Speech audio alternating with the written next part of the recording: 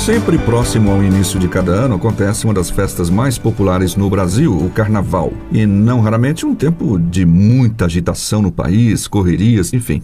Qual deve ser o posicionamento bíblico em relação ao Carnaval? O Carnaval está chegando mais uma vez, né?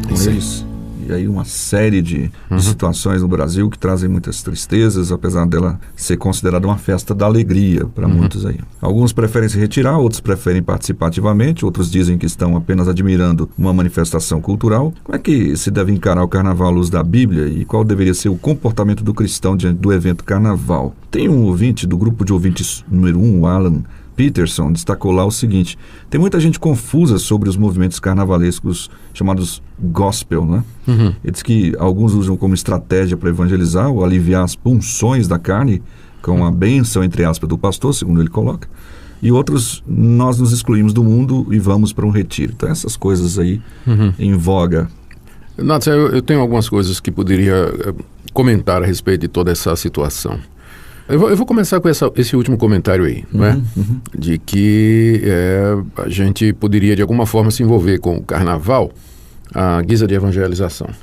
Durante o tempo do apóstolo Paulo e dos demais apóstolos, havia no Império Romano as famosas orgias, em que as pessoas iam passar a noite, se embriagavam, faziam coisas absurdas, e é claro, a imoralidade sexual estava presente e tudo mais.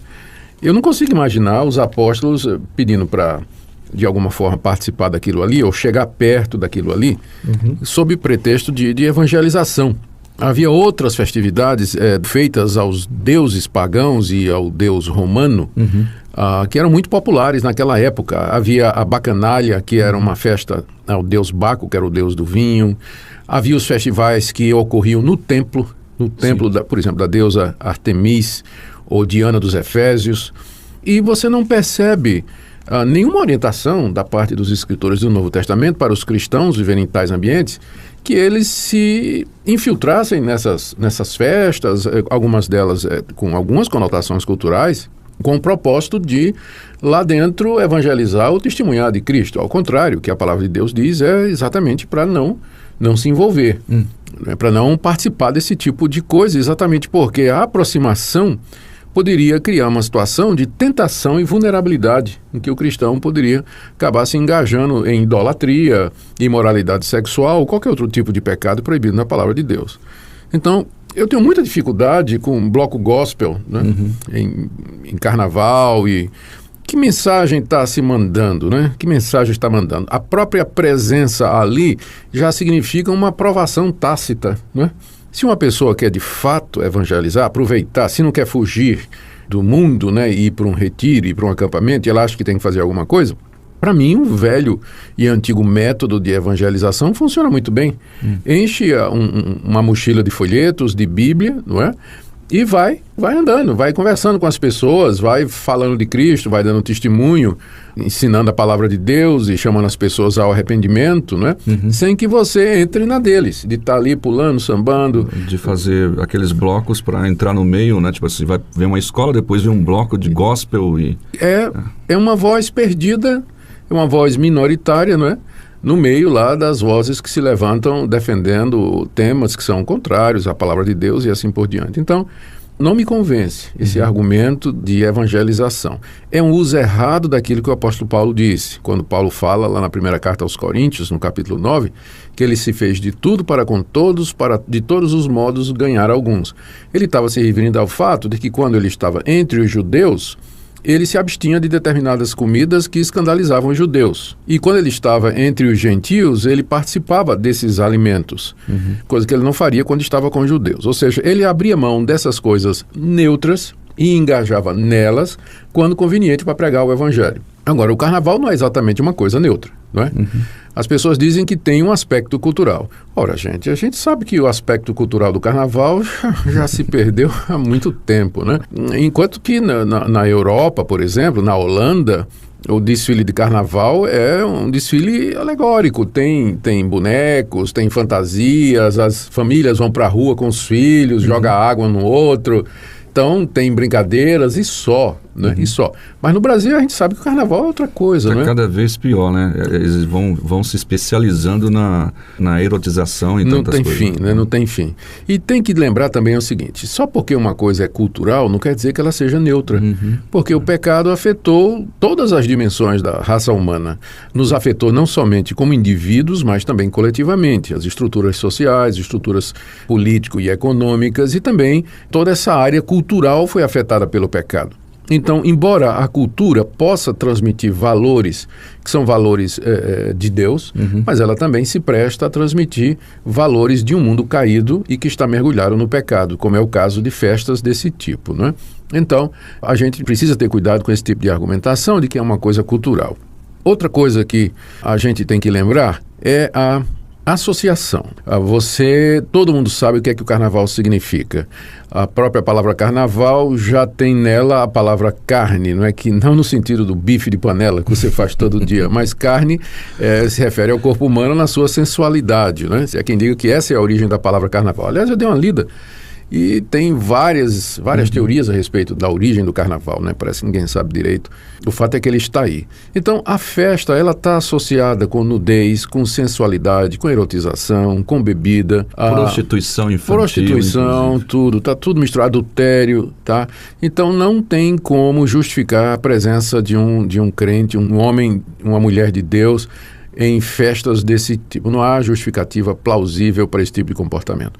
E agora nós temos mais uma situação, Natsan, que é o carnaval acontecendo agora em 2016, no momento que o Brasil está vivendo essa crise, né? Se não me engano, foi o The Economist, que é um jornal estrangeiro, né, que é voltado para análises econômicas, publicou, não sei, 2, 3 dias atrás, uma reportagem cujo título é O Brasil dançando à beira do abismo. À beira do abismo. Ou seja, né, nós estamos aí com a inflação crescente. Nós estamos aí com a economia deteriorando e derretendo. Possibilidade de impostos subir. Uma crise e um impasse político. Falta de assistência de todos os lados para a população. Tudo quanto é lado, né? O desgaste total da Presidente da República e dos políticos em geral. Né? A previsão que todas as agências e todos os economistas estão fazendo para 2016 é de ladeira abaixo. Entretanto, parece que as pessoas não estão nem aí para isso, né? E elas vão brincar, pular carnaval, talvez até como escape, né? Para não pensar sobre isso e tudo mais. Mas é uma contradição que o mundo olha para nós e percebe, né? E percebe. Eu me lembro aqui daquela passagem de Tiago, capítulo 4, quando Tiago diz assim que nós temos que transformar nossa alegria em tristeza, né? E que nós temos que transformar o riso em pranto, nos humilhar diante do Senhor, para que Ele nos exalte. Então, há tempo de se alegrar e há tempo também da gente se humilhar diante de Deus. Eu penso que o momento que a gente está vivendo no Brasil é um momento em que a igreja, principalmente, né, deveria conclamar o nosso país, chamar as pessoas ao arrependimento diante de Deus, em vista do que está acontecendo, do que vai acontecer, e não estou pensando só na questão econômica, não é? Mas na degradação dos valores morais, não é? Que claramente se vê no nosso país, no mundo todo, é verdade, mas em ritmo acelerado no nosso país. É momento de clamar a Deus, pedir perdão, se ajoelhar, pano de saco e cinza e clamar a Ele que Ele tenha misericórdia do nosso país. Quem me conhece, né, especialmente aqui em Goiânia, ouvindo a gente fazer esse programa... Eu acho que todo mundo te conhece, né? Não, mas tem uns que são mais chegados, no caso, me conhecendo como adolescente, jovem, né? Então, aí eles devem estar pensando, mas espera aí, Nathan, você já participou, não de blocos, atenção, nada disso. De ir em determinados lugares onde o pessoal reúne como carnaval para distribuir folhetos. Sim. Né? Isso eu disse agora há pouco. A gente já foi com um grupo, né? A gente vai e eu me lembro de uma vez colocamos uma faixa dizendo está com sede, venha beber, né, da água viva. Então a pessoa passava ali e ia beber água, a gente entregava um folheto para ele e um grupo bem numeroso de jovens que a gente ia para evangelizar. E não vestido como carnaval, nada disso, só num canto evangelizando. Hoje eu penso que, pelo menos eu dizendo aqui na minha opinião, que talvez a melhor opção seria a gente organizar bons retiros e trazer essas pessoas que estão com a opção de ir para o carnaval, se afastar dali e a gente poder falar da palavra. O que você acha disso? Eu acho muito bom. Eu penso que os retiros que são realizados durante o tempo de carnaval, eles são estratégicos, é um tempo bom para a reflexão, preparação, estudo e evangelização, não é? Chamar esse pessoal e oferecer para eles uma opção que não esses dias ilusórios aí de prazer e de diversão sem limites morais e éticos, né? E que no fim acaba na quarta-feira de cinzas, né?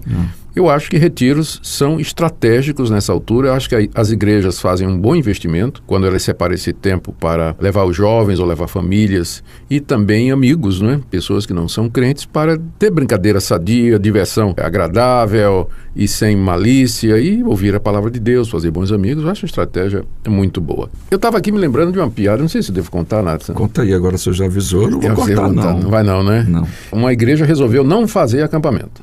Ela disse que ia abrir as portas. Era uma igreja que ficava assim numa avenida, né? Sim. Por onde ia passar o bloco de carnaval. E aí resolveu que ia ficar lá, abrir as portas e fazer um culto lá durante o carnaval, tal, para não fugir, né? E estava lá. Em pleno carnaval, as portas abertas, o culto acontecendo, o pastor pregando, de repente cai uma chuva, né? Um dilúvio, né? E aí, o pessoal do que estava passando no bloco, assim, cada um saiu correndo, procurando um abrigo, e um cidadão vestido de diabo entrou na igreja. Estava lá com aquela fantasia vermelha, um pá de chifre, né? Aquele tridente na mão, o rabo em forma de flecha. E o cidadão vem entrando na igreja, né? E aí os membros da igreja olhando para trás e viram o diabo entrando. Foi gente caindo, pulando por cima dos bancos, fugindo pela janela. E tinha uma senhora de 60 e poucos, muito idosa, né? Que estava sentada, 60 não é idosa, eu tenho 60. Mas a senhora idosa sentada no banco, que sofria de artrite, não podia correr, né? Ficou lá tremendo e o diabo chegou perto dela. O cidadão ia perguntar onde tinha um banheiro, alguma coisa. Quando o diabo chegou perto dela, ela disse: olha, seu diabo, eu estou nessa igreja há 40 anos, mas sempre estive do seu lado. Exatamente. Essa piada não foi boa não, viu, Nath? Você vai deixar, tem certeza? Vou deixar, com certeza. Pois é. Mas, de qualquer maneira, como disse, pastor, é uma oportunidade de evangelização, mas a gente tem que ter sabedoria. Sem se envolver, né, Nathan? Sem dar a impressão de que a gente aprova e que para nós aquilo ali não... Sem ser agente secreto do reino. Isso aí.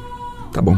Pois é, nós ouvimos então o comentário deste tema, que é bem atual, agora está acontecendo essa semana aí, não é? Então, tenha sabedoria, peça a Deus orientação para que Ele possa te dirigir como você deve proceder nesta época de muitas tristezas e que o Evangelho pode trazer alegria para aqueles que estão perdidos. Pastor.